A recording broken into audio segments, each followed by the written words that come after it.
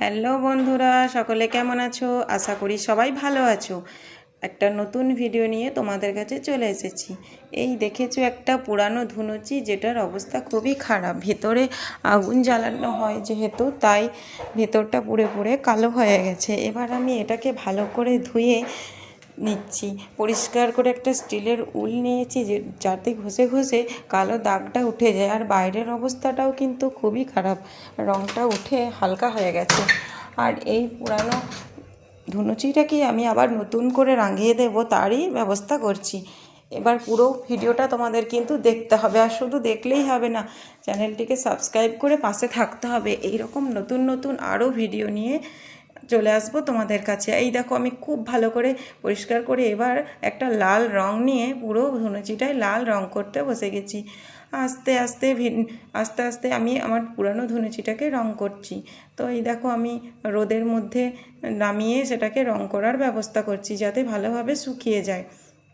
যেহেতু ভালো করে জলে ধুয়েছিলাম, তাই রঙটা করার পর রোদে একটু শুকিয়ে নিলে তারপরে আমি আবার যে ডিজাইন করব সেটা করতে খুব সুবিধা হবে, একটার সাথে আরেকটা রং লেগে যাবে না। তো এটাকে আমি রোদের মধ্যে নামিয়ে রাখছি কিছুক্ষণ, তারপরে শুকিয়ে গেলে আবার তোমাদেরকে রং করে ডিজাইন করে আমি দেখাবো। তো নামিয়ে রাখলাম কিছুক্ষণের জন্য।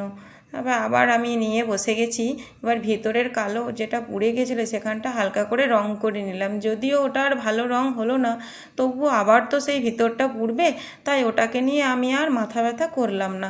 তো ওটা থাক, আমি এখন বাইরেরটাই ব্যবস্থা করি সুন্দর করে করার। তো এই দেখো, একটা সাদা কালার নিয়েছি, যেটা আমি সুন্দর করে গোল করে দুটো রিং করে আস্তে আস্তে আমি আমার কালার করতে শুরু করেছি। তো এটা দেখো, এই যে ফাইনালি আমি একটা লুক তোমাদেরকে দেখাচ্ছি ঘুরিয়ে। কেমন হয়েছে তোমরা কিন্তু অবশ্যই জানাবে। যেহেতু অনেক বছরের পুরানো ধুনুচি, তাই সেভাবে হয়তো তোমাদের কাছে আমি সুন্দর নতুনের ছোঁয়া দিতে পারছি না, তবুও যতটা পারলাম চেঞ্জ করার চেষ্টা করলাম। তো কেমন হয়েছে এটা জানাতে কিন্তু একদম ভুলো না। আর আমার এই চ্যানেলটির পাশে সাপোর্ট করো, আমার পাশে থেকো, আর সাবস্ক্রাইব করো, এটা কিন্তু একদম ভুলবে না। Bye bye.